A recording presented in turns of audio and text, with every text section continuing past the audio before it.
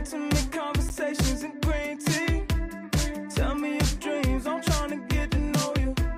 Searching for sunset, sailing the seven seas. Would you come see the mountains with me in California?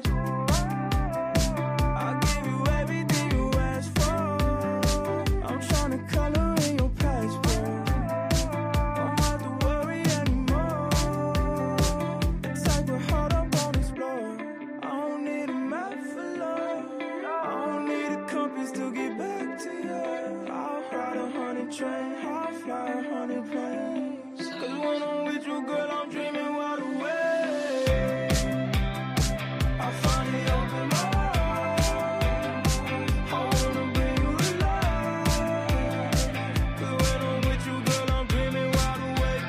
Dreaming wide awake. I finally open my mind.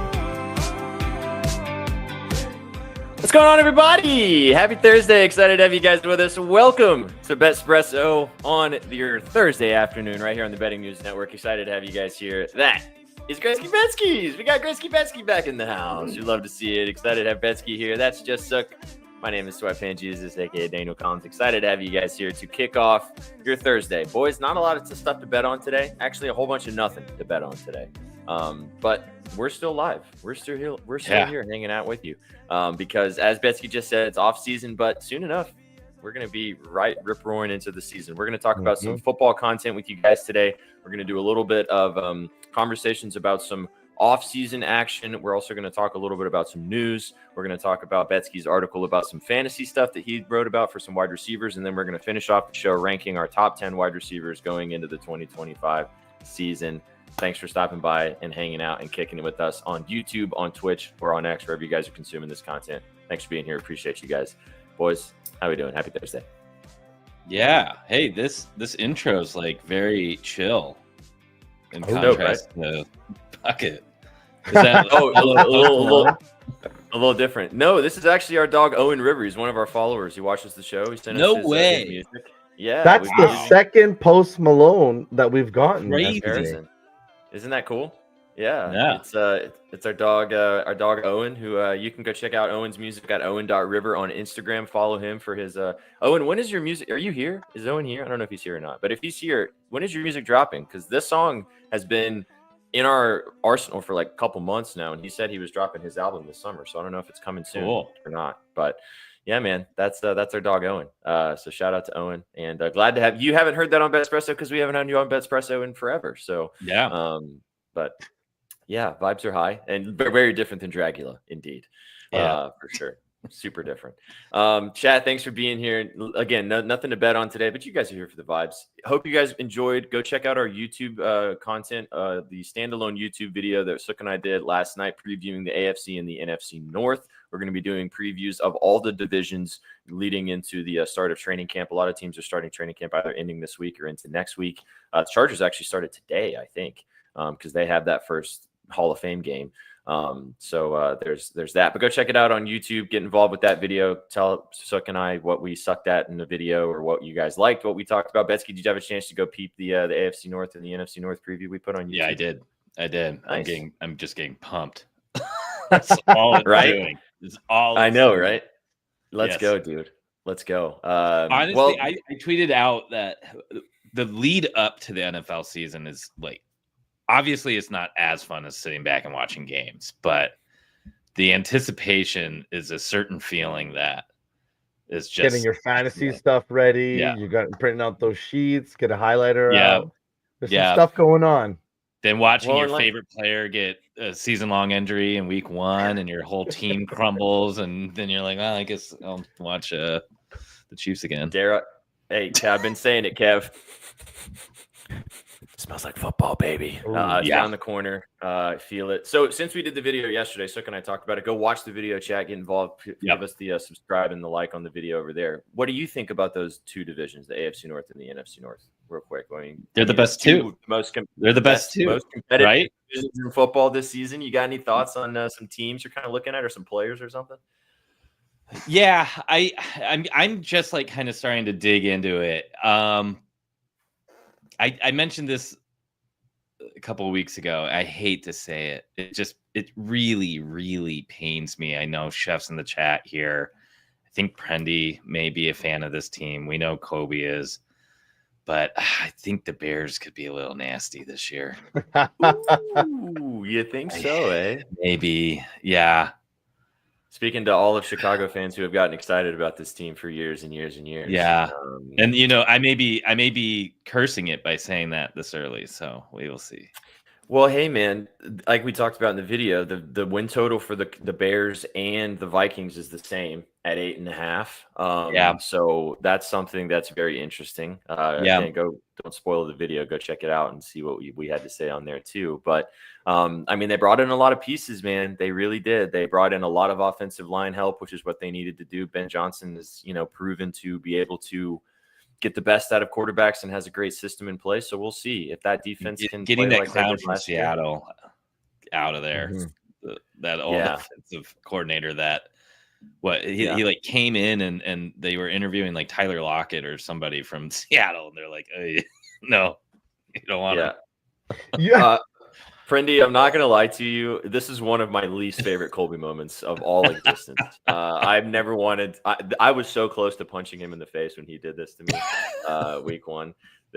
You watched it live too. I was really close to smacking that mustache off his face. But both of these divisions are going to be really fun, as you guys will find out. We're going to be going through all of the divisions, and we're going to spend most of the show today talking football. But before we get to kind of the sports conversations, I just want to get y'all's take on this. It's been floating around. Bad day for this guy to have this happen on the timeline today when there's not a whole lot of sports going on. So everybody's grasping for straws on what to post on the timeline. I'm sure you guys have seen this about the guy, the astronaut CEO or whatever it's called. Yes. Who got caught at astronomer. He got caught at a Coldplay concert. I mean, that should be the headline, but then. Oh, dude. It was just talking about the most epic bag fumble of all time. First of all, if you're cheating on your missus, don't go to a concert with your lady. And if you're going to go do that, just realize that you have to make sure that you're not going to be seen because like these things can happen. And if you do get seen, don't do that because then it's so obvious what the drop down was insane. My guy, it's not stop, drop, and roll. You got to do something smoother than that. Yeah. Act like you're giving her the grab somebody else around your shoulder. Give her a swirl, drink a drink, chug a beverage, anything else. Nothing would have happened in this. You could just play it up as like, oh, we got too comfortable for a moment, but instead he's just like, yo. They both buried themselves in live color in 5 seconds. He buried himself in 2 seconds, and she turned around. And then the little girl next to them, or the lady next to them, also buried them too. Because she was just in shock. Oh, epic! Just total bad fumbles all around. Guy's also a billionaire too. So that divorce settlement's going to be fun. 500 millionaire now. Yeah. The greatest part of this, all right, so this is unfortunate because we're obviously laughing at somebody's. It's incredible. Dude, somebody posted that on the timeline, and it's gotten to the point now with media, dude, I don't know if it's real or not. I can't determine what's real and what isn't anymore. But like, what a bad day for this. And it sucks because obviously I'm sure that the wife was in shambles. And like, that's such a terrible thing to wake up to. But dude, the memes today have been incredible. Like people responding to this type of thing have been incredible, dude. It was so funny. Perfect day for it too, because there wasn't a whole bunch of sports stuff to talk about. So I know, man. And we're all in very happy relationships. So it was like the concept of like, first of all, just maybe don't have an affair. But like, if you're going to do that, like, do not do these 3 things, which is all the things that Homeboy did in the video of like, all that stuff. So yeah, ultimate bag fumble. But to switch it to sports, we didn't really talk about this, but we'll talk about it live with you guys. This just happened. TJ Watt is going to be the highest paid defensive end in football now, as he is now a member of the Steelers. I think the contract was 3 years. It literally happened right before we started. So let me pull it up real quick and have a look at it. Sook's going to talk about this team. We just kind of previewed this team last night and what they're going to be able to do, kind of adding this additional cornerstone to all the other pieces that they brought in over the summer. But I mean, not a lot to say really here. Deserved. They should have signed. It was going to happen. Maybe this will inch the Bengals closer to signing Trey Hendrickson, which they need to do that as well. But we shall see. But shout out to TJ Watt. It earned every penny, and now he gets to go out there and earn even more of it. So, any thoughts before we keep moving? It's like one of those situations of like you got to, but I mean, at some point here, this franchise is going to have to start building again, right? You'd think. I know. It's really kind of crazy to think they've kind of like slowly been fading. I mean, they made the playoffs last year, right? Yeah, they did. Yeah. They snuck in. Crazy. We kind of talked about this on the video, not to spoil the video, but like, luckily that offense, besides Rodgers, is looking kind of young. Their center is young. Some of those inside guys are younger. So it's weird. The defense is still elite, but it's kind of like the Derrick Henry thing. You're just sitting there of like, come on, the wheels got to fall off eventually. Like you're just waiting on it. But like it's clear that this front office thinks that they maybe get a couple more years out of this defense. And now for sure, they're taking a hard swing at this year. It's very interesting. I like to see this out of franchises. Do something interesting. You know what? There's shades of that last Ravens team that won in like what 2015 against San Francisco with Flacco. Yes, with Flacco. There's shades of that, right? If elite defense Rodgers has anything left, but yeah, I said that in the video. Initially, my initial reaction is just like, well, you're not winning a Super Bowl, so yeah. But like, I guess you never know. It's football, baby. Yeah, I said this yesterday when we were talking about it, that if Aaron Rodgers is, dare I say, good / possibly elite, this team could win a lot of football games next year. Really good defense. I know they lost Minkah Fitzpatrick, which sucks ass, but like they do have Jalen Ramsey and Darius Slay. They also have they have a lot of offensive weapons, which they have not had in Pittsburgh previously. You know, you got DK Metcalf coming to town. You got Jonnu Smith and Pat Freiermuth. You got running backs that are good out of the backfield catching the ball too. If Aaron Rodgers is good this year, and he was pretty decent last year for the Jets on a bad football team, if he's good this year, or again, dare I say, elite, I don't know. Could be frisky. Young line, 2 good tight ends. You got him protected. He just has to stand there and throw in the pocket. Yeah, so it's kind of all he's good for. 4,300 to win the Super Bowl. Oh, that's an interesting. I think I like them more than Broncos, who are plus 2,800. Yeah, to win it all. Mm-hmm. I like. Do you guys think they have the backs though? I think we've gotten to the point now in the NFL where, like, as long as you have 2 serviceable backs that can fit your system, you don't have to ride a running back to win it all. You know, like the Chiefs have done it for years, and I mean they have one of the best. They have obviously Patrick Mahomes and Andy Reid, but you know, like Saquon took the Eagles there last year, but like that team was overall incredible on all areas. So, all right, well, we're going to talk about some futures for you guys. Obviously, we're already kind of gabbing football. Betsky has dove back into the fantasy lab, so go check out his article. He talked about some of his favorite kind of round-by-round wide receivers that you guys can snag and some future bets that you can take along that route. So I'll let you kind of lead us off with a couple of guys you targeted in this article to talk about some futures for some season-long props for some of these guys as well. Yeah, well, I did this last year, and I'll do 3 articles per offensive position. So 3 for running back, 3 for quarterback, blah, blah, blah. And it's essentially taking a player that I think has sneaky value from rounds 2 through like 11 or 12. So each article, like the first article in the series will be rounds 2, 3, and 4, then 5, 6, 7, etc. Right. And, you know, I skipped the first round because we all know who those players are. You're going to grab one of them, right? And honestly, even the second round, you start to, and there's still just bigger names left. But one that I thought, I was surprised when I was doing some mock drafts of how late you can grab him in the second round, and that was Drake London. I mean, there's guys like Higgins still kind of lingering in the second round. Ladd McConkey was going ahead of him in almost every mock draft I did. Nico Collins, I mean, give me Drake there. I feel like Drake is more of an alpha there, and we got the best quarterback that will be throwing to him that he's had in his career.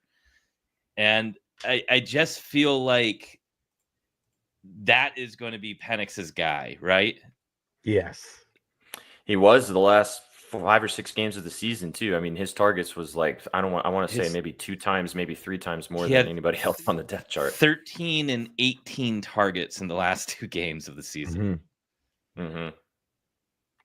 I love me some Drake London. He can make some spectacular catches. I know some people like to criticize him for like that big play ability, but like not everybody's going to be that 60, 70 yard big play guy. Like there's just going to be the guy where you throw it up and he's going to go get it.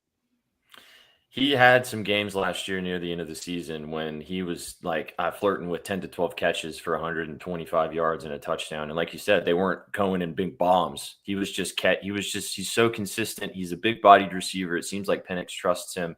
Like you said, you're getting great value on him. A guy that we might talk about in a second in the top 10 going into this season, depending on how he can break things down in Atlanta. And weirdly enough, he used to win. I said this on All Sauce team. This means nothing, but Drake London's won high school dunk comps before, so he's got the hops. He's got the hops. Nice. No, and with a guy like Penix, he's younger. There is some uncertainty there. Obviously, he's only played 3 NFL games, and the first one he didn't really need to do much or did much, but he's got this big target who has a huge radius.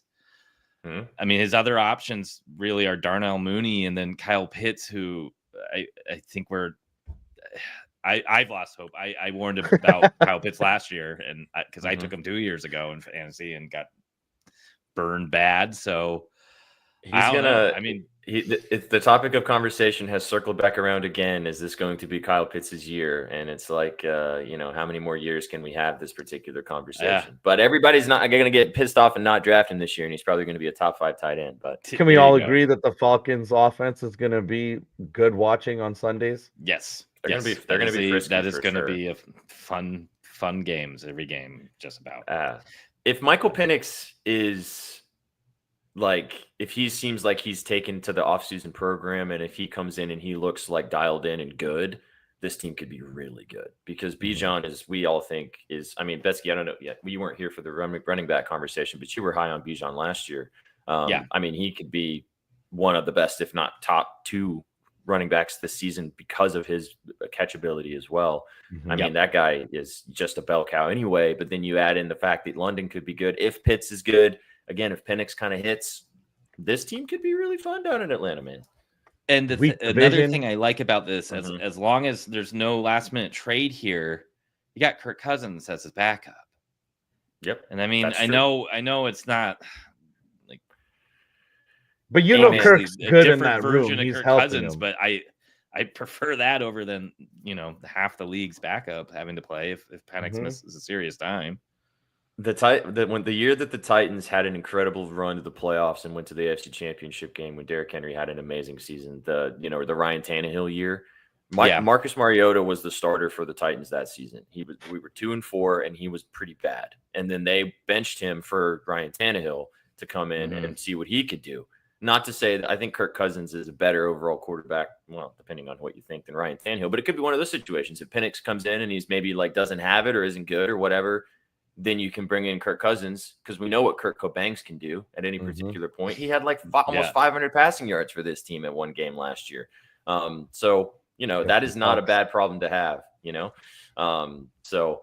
that's a fun one. You're going to stick with this division, though, and you're going to brick Sook up, because we're actually going to talk about this guy a little bit later for sure in the top 10 conversation. If it ain't broke, don't fix it, right? Yeah. For my next one? Yeah, for your next one.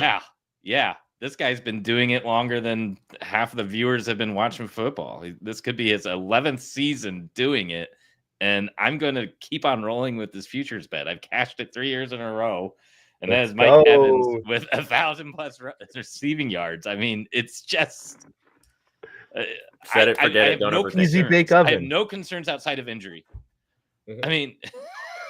He's still didn't he still miss like 4 or 5 games last year with the hamstring thing, and he still cashed 1,000. He missed 3 games and had 1,004 receiving yards last year. I agree with you, dude. I looked. There are some places actually you can get the line at like 925. So you can get it bought down in some places. Great. So Yep. yeah, go for it. Yeah. But I think he's probably going to get 1,000 again. Mm-hmm. Yeah. I mean, there's got to be that motivation to keep it going too. But I mean, I understand he's going to be 32. But this is a team that loves to throw the ball. There's more targets now. I love the addition of Ibuka this offseason in the draft. I think that can only help keep Evans just impossible to cover. McMillan was starting to shine last year. Godwin should be back. I guess the only concern and only argument you could make here that would maybe worry me ever so slightly is just how many mouths there are to feed. But what doesn't worry me, Betsky, is the fact that even last year through the hamstring injury, and we know how finicky that is. We know how they were trying to get to the playoffs, but Baker was in interviews talking about that this means something to him because he doesn't want to be the quarterback that Mike doesn't continue the streak with. So Baker's still under center, so he's not going to want Mike to break the streak because that's not something he wants on his watch. So I love that. On this note with the Baker conversation, because we're gonna all talk about some props that we like, but this was one that I almost bet, and I'm probably gonna end up betting it before the start of the season. But Baker Mayfield's passing prop is like 3,875, I think.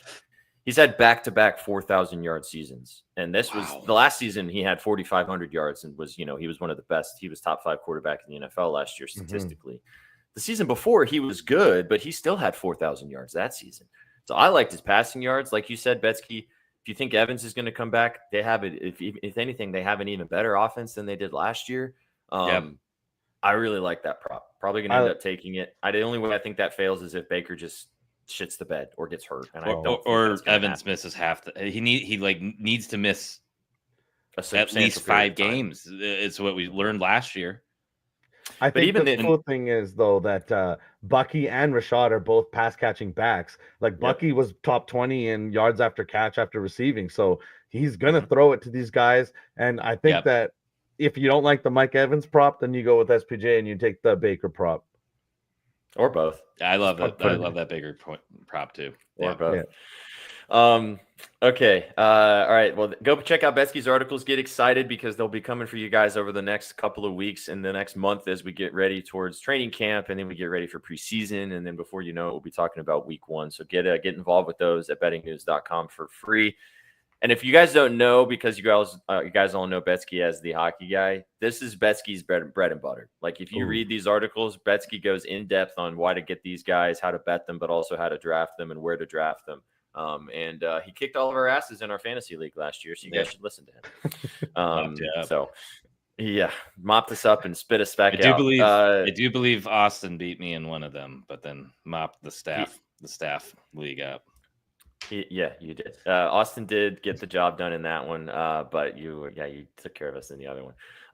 Real quick, because we can talk about hockey since it is a slower day today. Okay. We're going to get to some more future props, but you got any thoughts on a Calder future right now? I definitely am going to take Demidov from the Montreal Canadiens.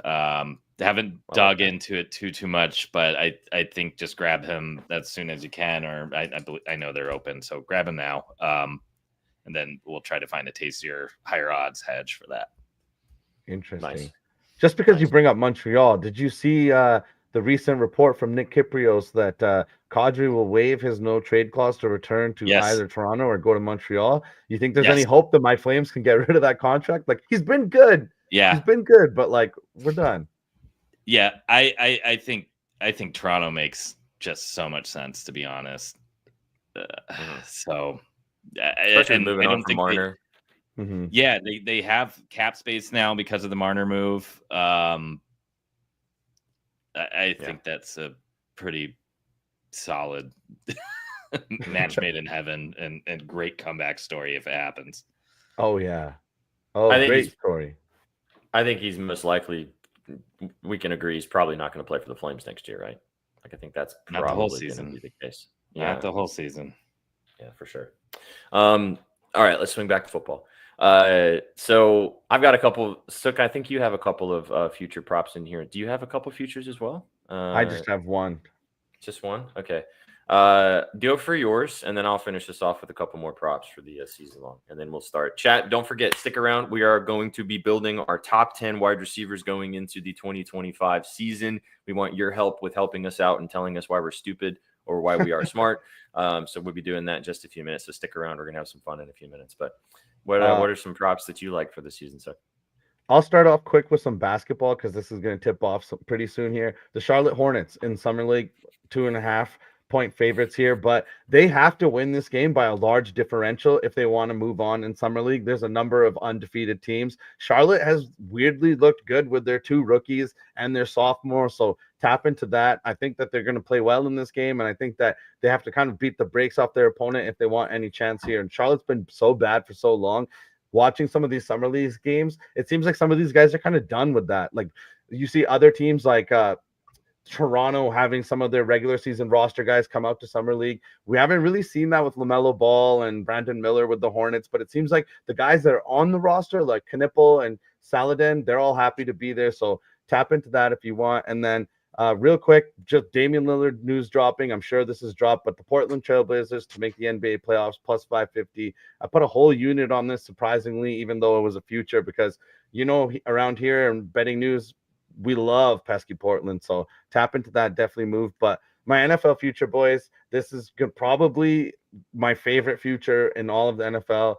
Aiden Hutchinson to be the defensive player of the year, plus 750. It's down to 650 some places, 800 others. I just think this guy's a beast. We talked about it in the video a little bit. He says he's exactly where he wants to be, injury or no injury, in his 4th year.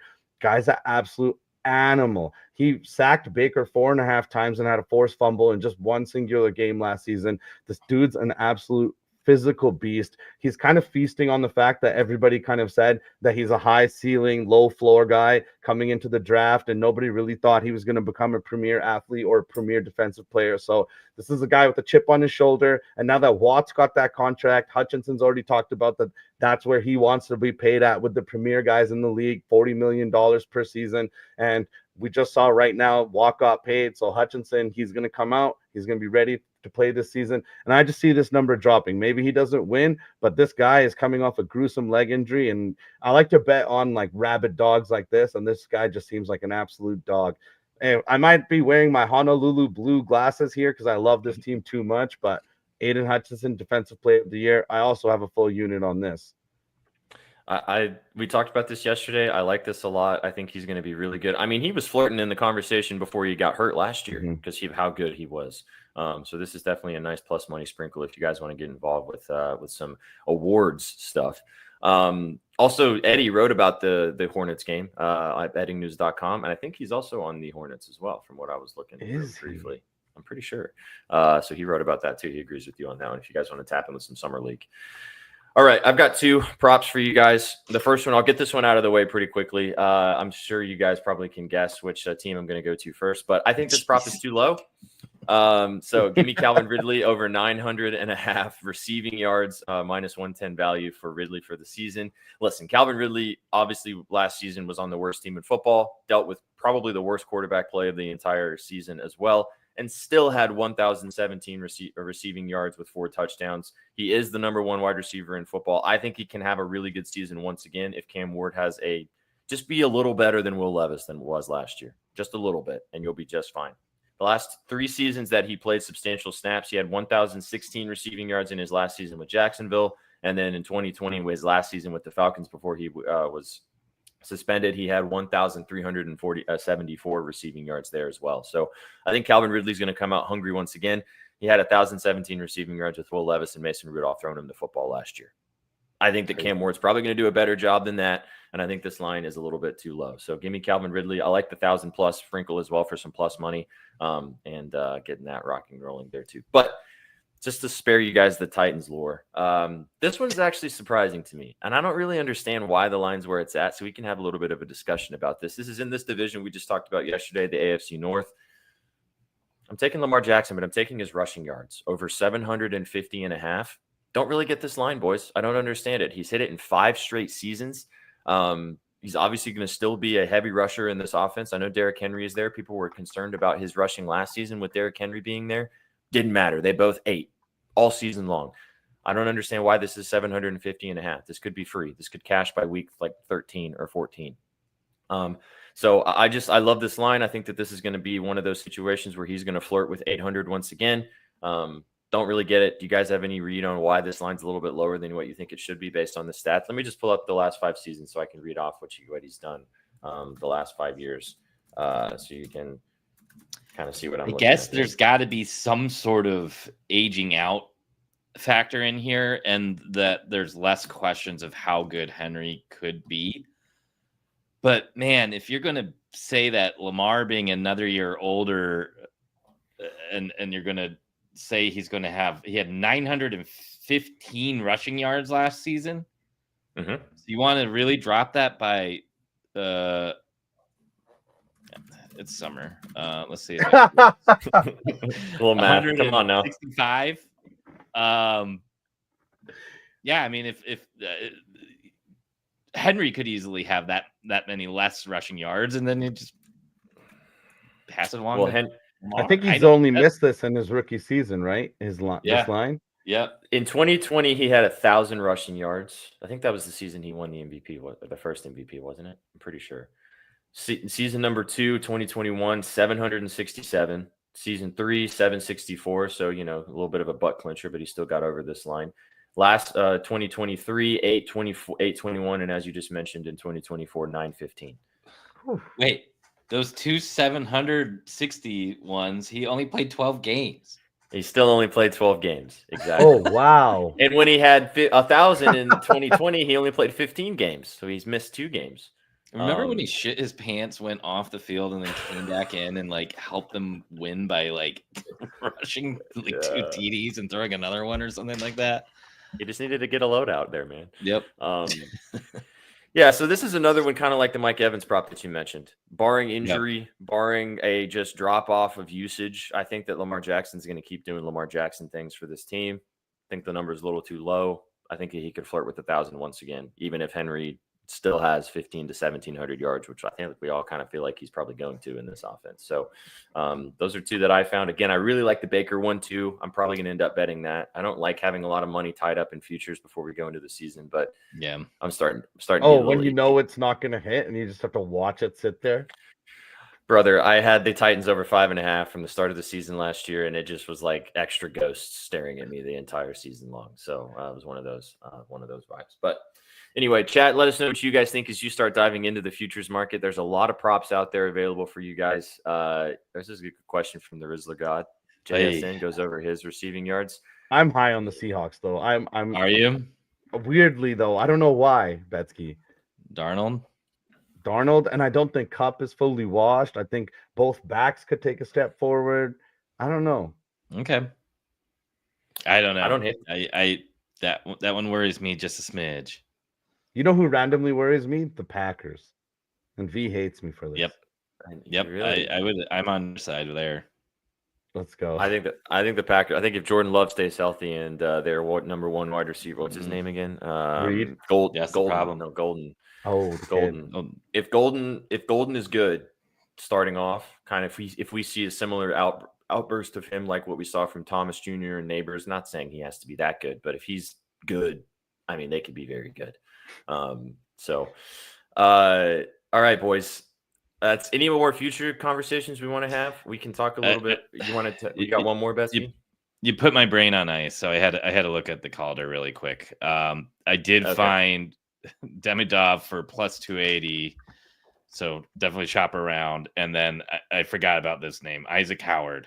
He was a Tampa Bay prospect, he was a first round pick like 2 seasons ago, I believe. Cocky as hell. Didn't want to sign in Tampa after college because he was a little concerned about where he would fit in the top 6. And he gets moved to Edmonton. No. If you are going to give me a rookie who could potentially be playing next to Draisaitl or McDavid or both for plus 1,500, yes, please. That's pretty spicy. That is very spicy. Okay. See, now you're just staring at the ice lovingly, aren't you? You're like, oh, come back to me. It'll be back before you know it, dude. I mean, it's around the corner. So, all right, chat. Well, there's some future conversations for you guys. We talked a little bit about some news. You mentioned this, Sook, but Dame Lillard obviously signed a contract to return back to Portland, even though he will be dealing. So it's a 3-year contract to return back to play with his former team. We'll talk about it more on Sauce Team tomorrow, kind of what that means for the Portland Trailblazers and kind of what that looks like going into the season on Sauce Team tomorrow. So stick around and come and hang out with us tomorrow when V is back with us out of Dr. Lab and back into basketball lab. But all right, let's have some fun the rest of the show.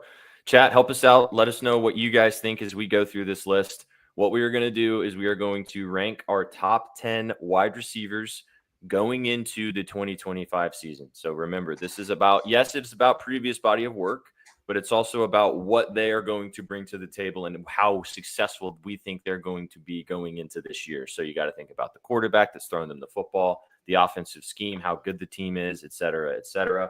So all of that factors in to this ranking of what we're going to be doing right here. So let us know what you guys think. We're going to hop into it right now. We'll bring up, we've done this for quarterbacks.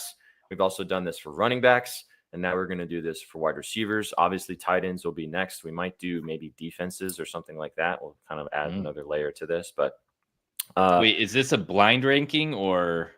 No. This is just okay. we're starting at 1, who we think is going to be the quote unquote the best receiver going into 2025, and then we just go down the list. Okay. So I feel like we can start off this list. And Chad, I'm sure you guys saw the ESPN list, and I frankly disagreed with a lot of their takes there. But I think we can all agree that either Jamar Chase or Justin Jefferson should be number 1 here, right? Yeah, I think it has to be Chase. It has to be Chase, right? It's 25, Chase. Triple Crown, Joe Doesn't Burrow have a throwing the rookie ball. QB. Yeah. So let's go Jamar first. He's got, I think it's 2 A's. I always remember that when I was typing out his name. Is it 2 A's or is it 2 R's? It's 2 R's. Or is it both? It's 2 R's for sure. Is it 2 A's too? It's JA-MA. Oh, there's another A. It's at the beginning. There's another A. I knew there was another Jamar. Don't forget your phonetics. Yeah, right. Yeah, okay. That was easy. I think we can then put Justin Jefferson at 2, right? We don't even need to discuss that. We want to chat. Okay. Now, I mean, I am totally okay with putting JJ here, but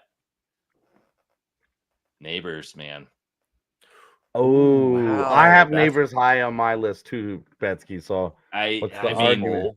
Would it surprise me? No. I am fine with playing this safe. I was gonna say my only argument with Justin Jefferson would have been CD with Dak coming back. Because Lamb was still really good last year with terrible quarterback play for the back half of the season, and he was still awesome. I think that he could have another big time season with Dak returning as well. So that was going to be my argument, but I don't hate the Neighbors play. Like this list is going to be hard, guys, because there's a lot of good wide receivers going into this season with a lot of talent. I think it's going to be tough to figure out where we want to have these guys lay. I think St. Brown here. You know what? You had St. Brown over Jefferson? No, Jefferson 2, St. Brown 3. Okay. I think let's go to Justin Jefferson. I get the arguments. I think that we could all agree that we could maybe discuss it, but I think JJ deserves to be here based on what he's done previously, right? Yeah. Now that I'm looking back at it, JJ had 1,400 receiving yards his rookie year, and Neighbors had 1,200. I mean, quarterback play could not be further apart, but yeah, yeah, I think that's just I think it's the body work's too good. Yeah, I mean, people thought last year that Jefferson was going to have a down year with Darnold, and we saw how that went down. Yeah. So yeah, great point. Yeah. All right. So number 3. Now this is when it gets interesting. I see the Amon-Ra argument, Suck. I get that. I think he got very disrespected in the ESPN article. I think he was like 6th or something. He's like miniature with 12 touchdowns. That's got to be talent.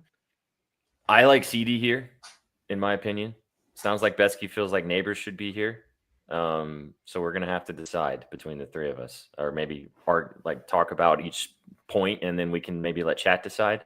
But I don't hate any 3 of those guys going at 3. I feel like I'd feel a little better about CD or Amon-Ra over Neighbors Are we talking purely ranking this based off their stats, like receiving yards, receptions and touchdowns, or are we're also saying the impact they make on their team? I think it's mostly statistics. Okay. And also Then like I would do situation. Then I think I would do CD here. CD? I can get down with CD here. For sure. I think he's gonna have a monster season. I'm gonna be probably drafting him, and because I think Dak's gonna have a big year too. Even though I know I don't know. I have a feeling in my head that he's gonna want to come back and play really well. And if he does, CD, especially because CD, this is the first time that CD Lamb's gonna have a legitimate, nice number 2 wide receiver on the other side. So the defense can't just totally go to shut him down because you can't leave George Pickens alone. My thing with CD is so stupid. I'm just like, when CD makes a big play, you remember it for a couple of weeks. He leaves an impression on you when you see him play football. Yeah. And I got to give him props. When the Cowboys were pretty bad back half of the season, like he was still out there balling. Yep. And like, that's respect, like I like that. So yeah, I think Lamb, we can all agree here. Okay. So do we go Amon-Ra next, or do we maybe bring in somebody in the likes of like Neighbors or Brian Thomas or Puka, or where do we go next? I have concerns that St. Brown may not get the same amount of target share that he did the past 2 seasons. What's your concern? Why are you concerned about that? I think Laporta was pretty banged up for the majority of last season. So I can see him kind of getting back to where he was his rookie year. I think they have unlocked some extra ability, receiving ability, and have developed more plays around Gibbs this past season. Yeah, they said they're going to play them both, Betsky, now with Montgomery. They're going to play Gibbs out wider and play them both. And I think they've unlocked JMO. I just think this is maybe the most stacked offense. Not maybe. This is the most stacked offense in the entire league. And I think the team will overall be better offensively, but you're going to be, and don't get me wrong, all 4 of those players we named are top tier of their talent levels, and especially things like fantasy. But I think St. Brown takes a hit here, and I think he's going to be closer to 1,100 or 1,000 receiving yards and 9 to 11 touchdowns than his almost 1,312 touchdown season last year. Okay. I like the JMO take too. He was pretty good he had spurts last year where he was awesome, and then he had spurts where he kind of disappeared. I feel like if he can take another step, like he could be really, really good in this offense, and they're going to want to get him the ball even more. Chat, just because Kadar. Go ahead. Sorry, go for it. No, I was just because Kadar just asked this question again. So just a reminder. So this is top 10 receivers, but what we're doing it is kind of like going into this season. So which guys we think have the best chance to have the best year stats wise, but also their teams are going to be pretty good. So you got to factor in quarterback play. This isn't just based upon purely on talent. This is about situation and also the talent mixed in as well. So just to answer that from the chat once again. Go ahead, Besky. What were you going to say? And we've had some offensive coaching changes here too. Yeah. I think Rizzler just brought that up. So there's enough questions here to say I would rather go with a little bit more upside. All right. Well, I can see that, and we talked about that in the YouTube video about the new offensive coordinator, etc. So I'll read off a couple more names that we could maybe jump. I think I would feel good about Amon-Ra still being top 5 though. So if we don't put him 4, I think he's got to go 5. That's fine by me.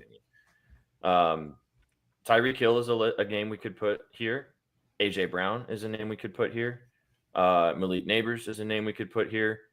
Puka Nacua, Nico Collins, Mike Evans, Garrett Wilson, Brian Thomas Jr.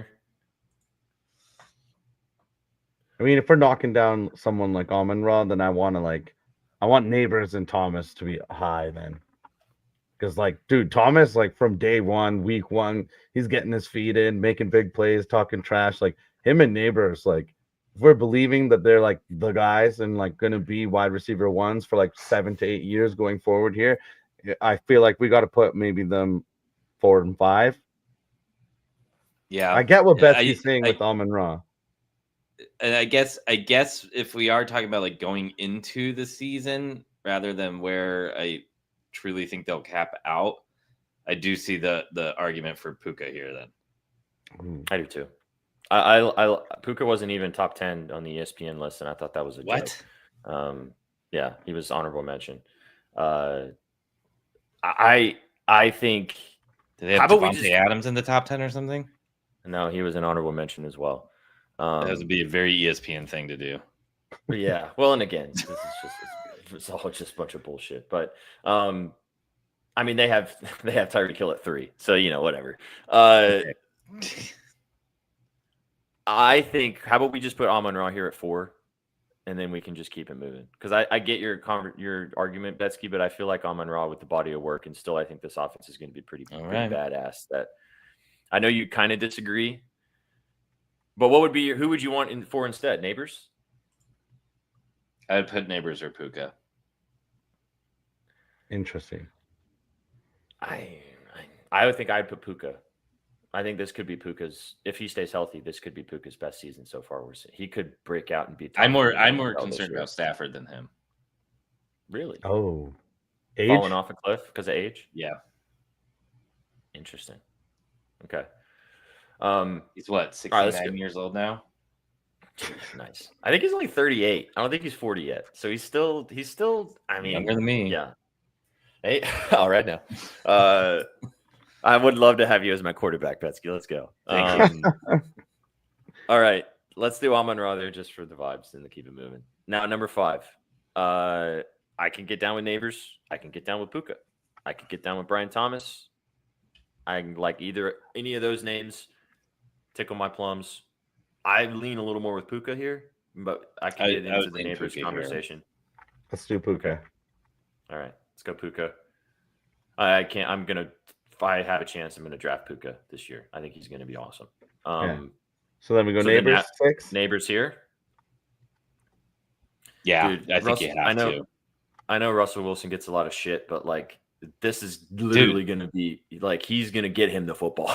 Like he can still throw the football. He's an insane amount of targets. Vito throwing to him for how many games, and then who was it after that? I mean, Neighbors probably had 5 QBs throwing to him throughout last season. I want to read this stat. Hang on a second. I was looking at something when we were going to talk about this. He had over 100 catches and 1,200 yards and had quite – I mean, I said the Titans was the worst quarterback play. I think the Giants was probably the worst quarterback play of the entire season. So, absolutely. I mean, the Giants force-fed Neighbors with 171 targets last year. Like, Russell Wilson's going to be peppering that guy. But, okay, down with Neighbors. Do we put Tyreek Hill here now? I'm pretty low on Hill this year. I think he's going to have a down season. Watch him be like top 2 in the NFL. But I don't know. I think the Cheetah is going to finally start to fall off a cliff a little bit, and I'm not sure about this Dolphins offense. But no AJ Brown here. Alone. We could go with AJ. I'm down for AJ. AJ for me is just it's always going to be health because he's just he's going to miss it probably 2 games, maybe more, but. He's AJ Brown. So Kadar. Yeah. I got you, Kadar. We got AJ right there. Yeah, there you go. There he is. Okay, so then now do we do Tyreek Hill at 8? No. I would do that. All right, I'm down. Ooh, I like that. Or I would do Thomas. Over I don't even have Tyreek in my top 10. I don't know if I would either. Maybe at 10. What about get me to put him at 10. What about Garrett Wilson? Oh. No, I do not. I think the quarterback play is going to end up fucking with him, or Justin Fields is going to is just going to be great with him. I don't know. It's either boom or bust, in my opinion. I just don't. I mean, we're talking about going into the season. He hasn't broken 1,200 yards ever. So I just don't understand why you would I just can't put him in the same realm. Neighbors had a better season than Garrett Wilson in his rookie year. And a lot of these surprised. I know the contract makes sense just because they needed to lock him up, but I'm kind of surprised that they paid him as much as they did. Like, I think he's really great and he's a good talent, but like, I don't know. I thought the contract was a little sus. I mean, it's the Jets. Yeah, I know. I know. God, Is it that surprising at that point? You have to spend money. I mean, what else are they going to do? I could get down with I could get down with your London take here, or I could get down with Nico Collins here. I don't mind Collins. I'm leaning. I forgot Thomas was still out there. I like Thomas too a lot. I think he's going to be great. Unfortunately, this year. Let's go Brian Thomas here then. I'm also willing to put Thomas at like 9 here or 10 here, but I feel like how about let's agree on this. Thomas, London, Collins are our last 3. Now we just got to figure out how we rank them. Evans? Yeah, that was what I was going to say. I'd put Evans at 10. All right, let's go Evans 10. Let's put it at the bottom then. Let's just start there. Yeah. Evans. Yeah.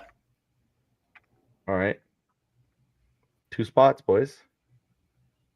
So we got 2 spots for Brian Thomas, London, or Nico Collins.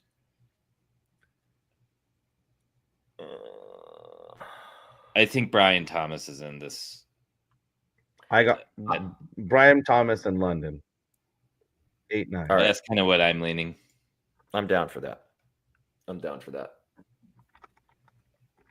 I think unfortunately, again, I hate the Jags, but and I know you're pretty high on T-Law this year too, Betsky, and if he comes out and plays really well, I mean, Brian Thomas fucking scorched last year, and Mac Jones is throwing him the football. So if T-Law can come out and play decently or possibly be really good, then Brian Thomas is going to be so fucking fun in this offense. Mm-hmm.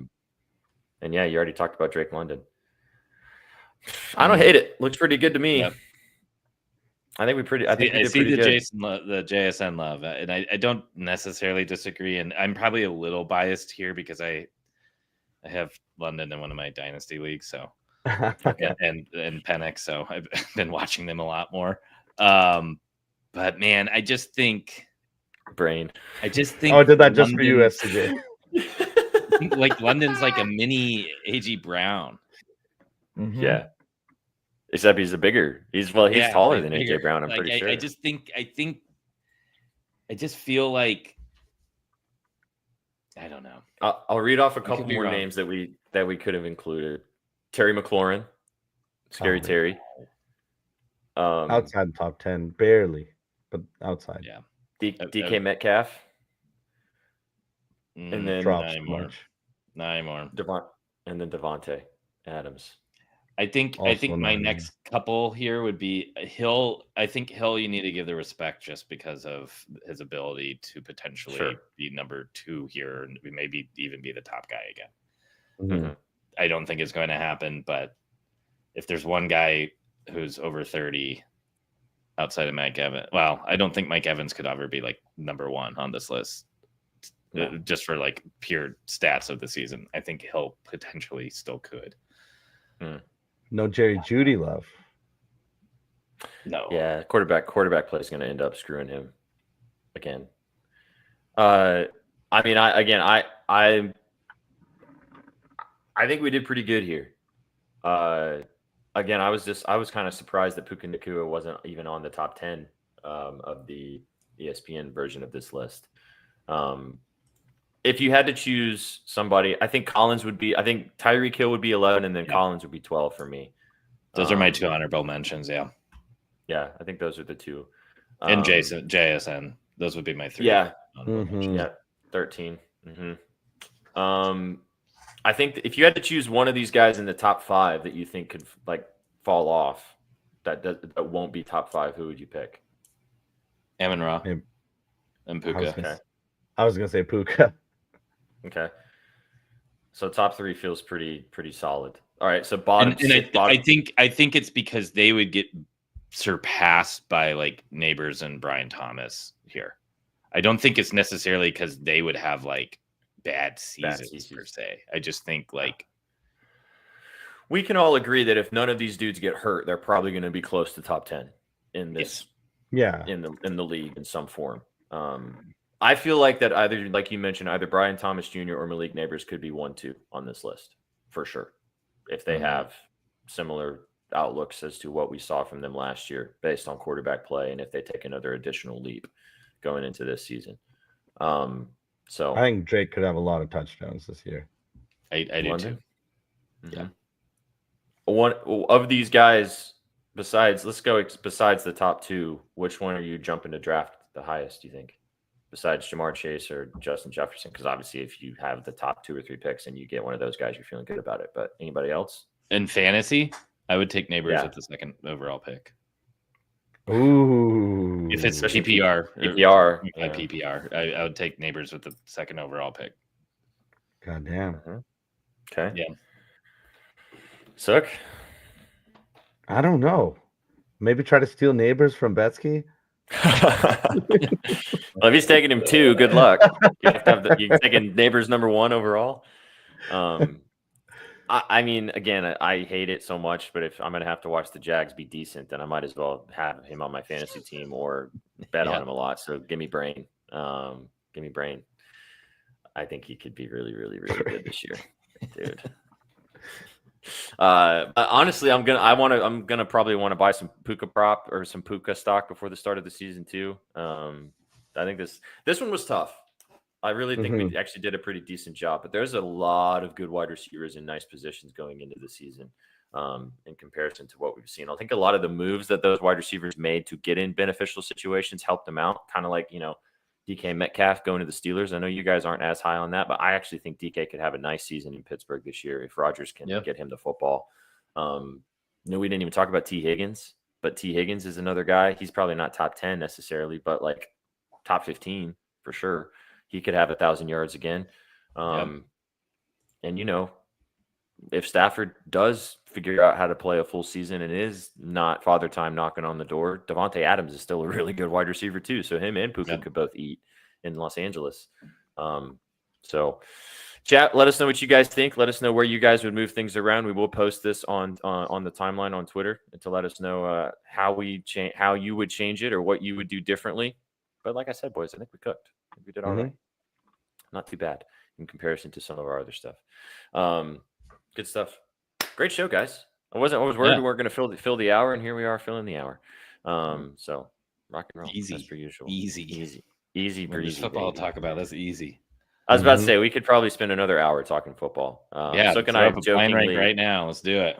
Right, for reals. Sook and I joked yesterday doing the YouTube video, which again, go watch the preview of the AFC and the NFC North on YouTube. We're going to have divisional previews of every single division on YouTube, so go follow and subscribe. If you're watching this over there now, then just drop a like on the video. That'd be great. Thanks so much.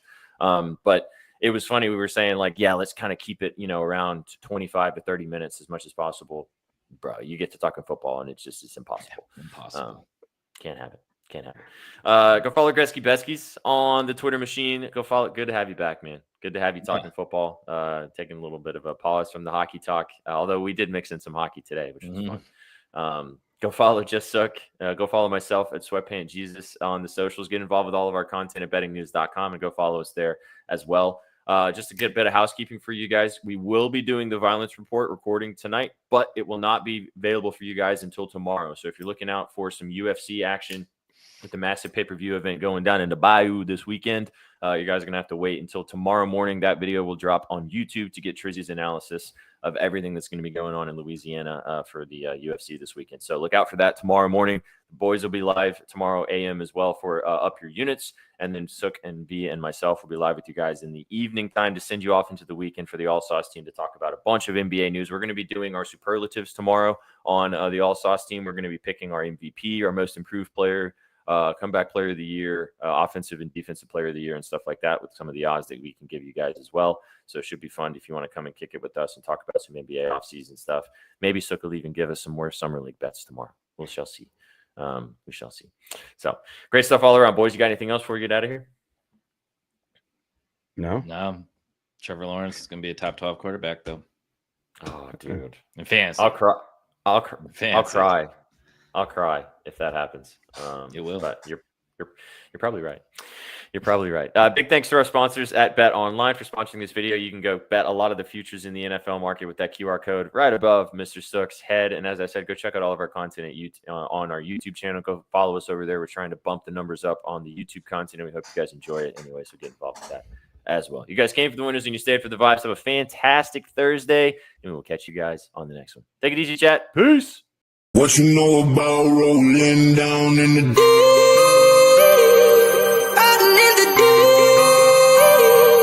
Down in the deep. Now I know we all be loving this shit What right you know here. about rolling, rolling, rolling. What you gonna do? Rolling, rolling. What you gonna do? Down in the rolling, rolling, rolling. What you gonna do? Right, y'all be loving this shit. What you know about